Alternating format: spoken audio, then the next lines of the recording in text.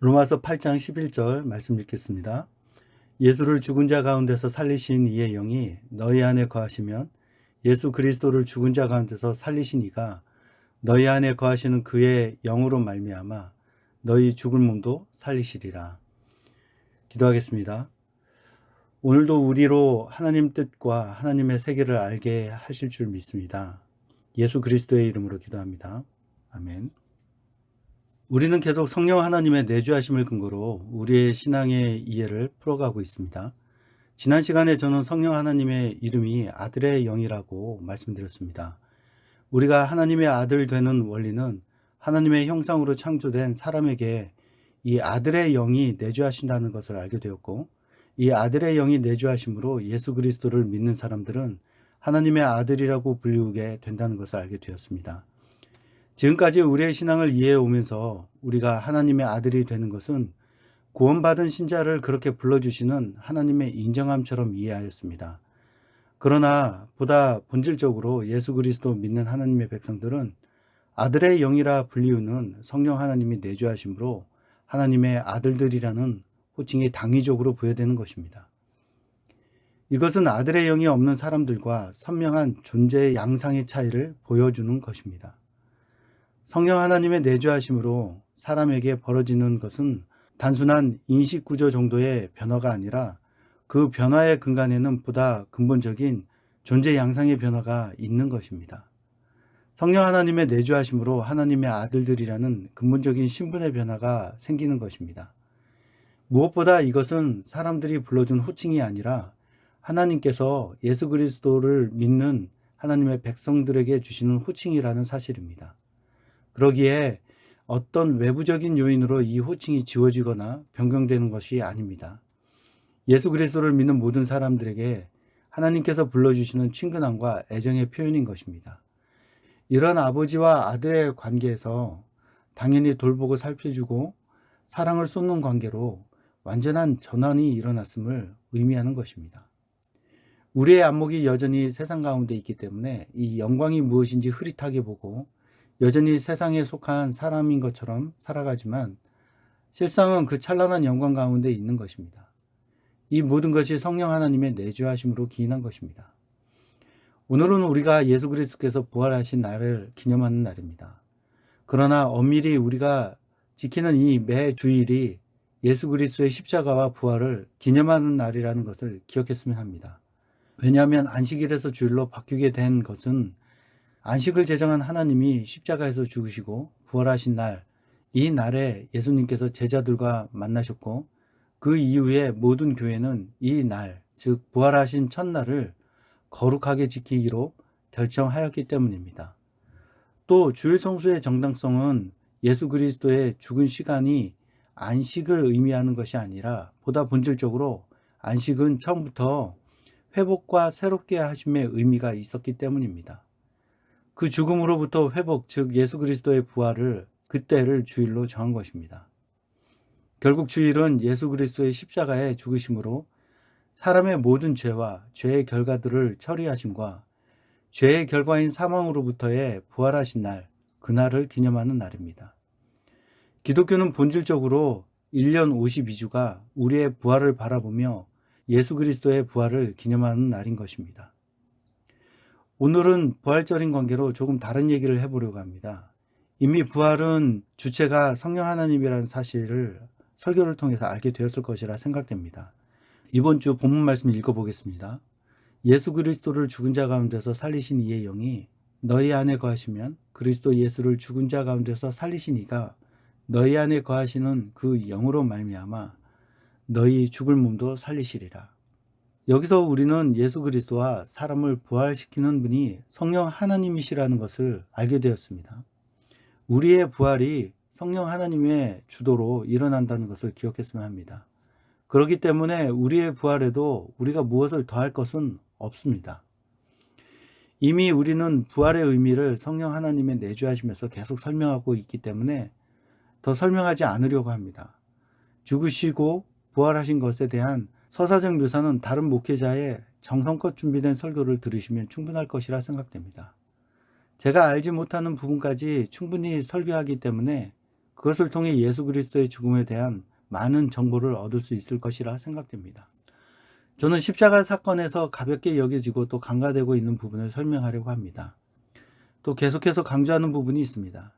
예수 그리스도께서 십자가에 달려 죽으시면서 다 이루었다 하는 말씀은 단순히 죄의 문제를 모두 처리하였다는 것에 국한해서 하신 말씀이 아닌 것입니다. 더불어 성령 하나님의 내주하심을 통한 모든 은혜의 결과까지를 말하고 있다고 말씀드렸습니다.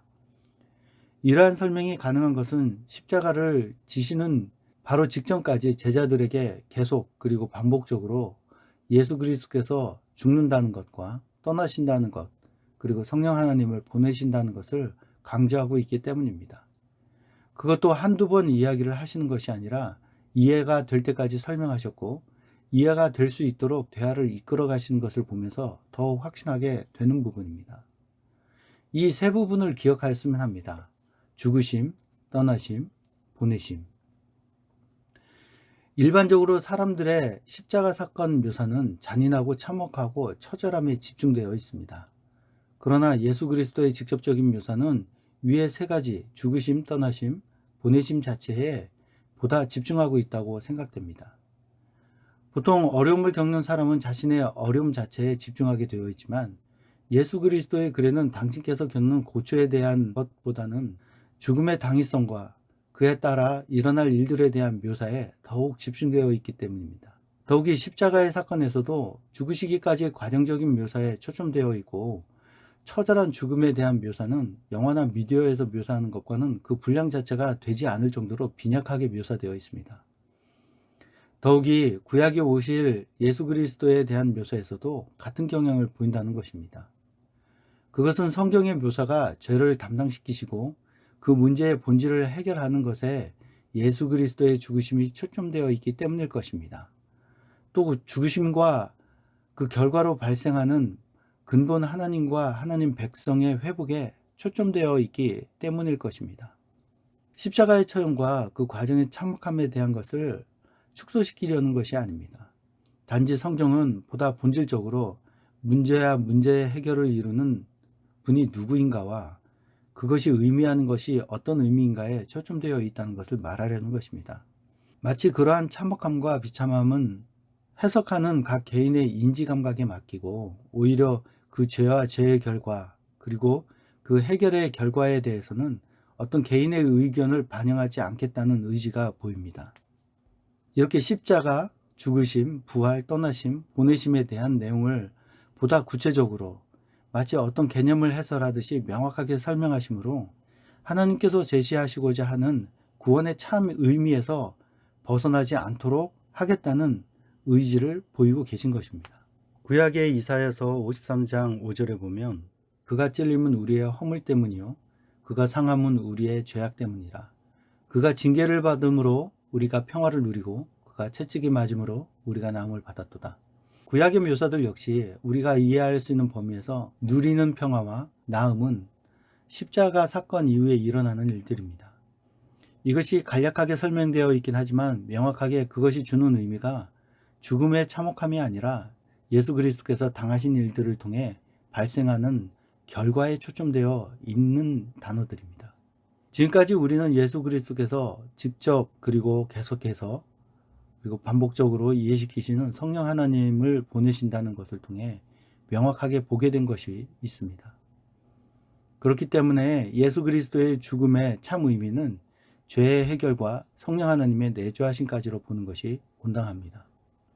더욱이 우리가 아는 것과 같이 성령 하나님께서 내주하시는 것은 단회적인 것이 아니라 영원히 우리와 함께 하시고 우리의 영생을 보증하시기 때문에 우리가 누리는 평화와 나음도 영원하다는 것을 이해하게 되는 것입니다. 예수 그리스도 믿는 하나님의 백성에게 이 평화와 나음은 성령 하나님의 내주하심을 인식하지 못하면서 하나님을 아버지로 부르는 것과 같이 전혀 인식하지 못하는 가운데 일어나는 일들입니다. 이상하리만큼 세상에서 다른 신들을 섬기는 사람들의 그 행위의 요란함이 없습니다. 구원과 성령 하나님의 각 사람에게 내주하심은 조용히 일어난다는 것입니다. 신자 자신이 원래 그렇게 믿었던 것처럼 그리고 원래 하나님이 내주하셨던 것처럼 말입니다. 그 원인은 처음 창조의 사람의 상태가 하나님과의 인격적인 교제의 관계였기 때문에 그것의 회복됨이 자연스러운 것일 것입니다. 그리고 성령 하나님의 내주하심에도 애시당초 창조 때의 내주하심의 좌소가 사람에게 있었기 때문에 내주하심의 자리에 자연스럽게 그 자리에 오심으로 신자 자신의 변화의 조짐을 파악하지 못하는 것일 것입니다. 성경이 진술한 예수 그리스도의 십자가 사역을 통한 성령의 내주하심의 결과들. 첫 번째는 하나님과 우리의 관계에서 원래 창조의 관계로 회복이고, 다른 것은 우리의 삶의 모든 영역에서의 회복입니다. 다른 하나는 사람과 사람 사이의 회복인데, 이것은 인격적인 존재들 상호 간의 인격적인 문제이기 때문에 쉬운 문제가 아니기는 합니다. 그래도 우리 주 예수 그리스도께서 함께 도우심으로 결국에 평화와 나음을 누리게 될 것입니다. 단지 우리는 너무도 자연스럽게 일어나는 우리 주변의 변화들, 삼위 하나님께서 함께 하심으로 일어나는 일들이라는 것을 이해하기 위해 우리의 인식력의 부재를 성경을 통해서 늘 확인해야 하는 것입니다. 더욱이 우리의 부활도 우리에게 엄청난 어떤 것을 겪고 부활하는 것이 아니라 잠자는 자들이 깨어나는 것처럼 호련히 일어날 것입니다. 그렇기 때문에 우리의 죽은 상태에 대하여 잔다고 말씀하시는 것입니다. 사실 생명이신 삼위 하나님으로부터 모든 것이 시작되었기 때문에 생명의 모든 반응은 자연스러운 것입니다. 오히려 살아있는 존재들에게 죽음이 부자연스러운 것입니다. 우리는 죽는 것을 당연하게 생각하지만 원래 정반대로 죽는 것이 부자연스러운 것입니다. 그렇기 때문에 성령 하나님이 내주하는 신자의 죽은 상태는 세상이 말하는 것과 같이 죽은 상태가 아니라 자는 상태인 것입니다. 왜냐하면 영원한 생명이신 성령 하나님의 내주하심으로 잠시 육체를 벗는 상태이기 때문이고, 잠시 영혼과 육체의 분리를 경험하게 되는 것이기 때문입니다. 현상적으로 보이는 육체의 죽음으로 잠자는 상태를 어느 누구에게 쉽게 말할 수 있는 부분은 아닙니다. 앞에서 말한 것과 같이 원래 사람의 상태가 생명을 누리는 상태이고 살아있음을 전제로 창조되었기 때문입니다. 죄는 사망을 전제하지만 예수 그리스도 믿는 믿음은 생명을 전제합니다. 예수 그리스도께서 성령 하나님의 사역으로 보여주신 부활의 첫 모습은 우리에게 자연스럽게 일어나는 부활의 상태를 기쁨으로 바라보게 하는 것입니다. 그것을 예수 그리스도의 말씀으로 보증하셨고 성령 하나님이 내주하시면서 보증하시고, 보다 본질적으로 생명이신 하나님, 성령께서 내주하시기 때문입니다. 우리의 부활의 모든 혜택은 예수 그리스도의 십자가 지심에서 기인됩니다. 그리고 그것을 근거로 예수 그리스도께서 부활하신 같이 우리도 성령 하나님의 권능으로 부활하게 되는 것입니다. 우리의 부활은 성령 하나님의 보증하심으로 확정되었습니다. 우리의 존재 양상의 변화와 부활의 영광이 우리에게 주어진 자연스러운 것이 되었음을 예수 그리스도께서 하신 말씀을 근거로 믿으며 감사하는 한 주간을 보내었으면 합니다. 그 감사가 하나님 귀에 들리는 찬양이 되기를 소망합니다. 기도하겠습니다. 주 예수님, 우리를 애정어린 눈으로 바라보시고 긍휼히 여겨주셔서 성령 하나님을 우리에게 보내주심을 감사드립니다. 주께서 주신 것들이 너무도 자연스러워서 우리가 늘 인지하고 감사하지 못하고 살았습니다. 우리로 알게 하시니 감사드립니다. 예수 그리스도의 이름으로 기도합니다. 아멘.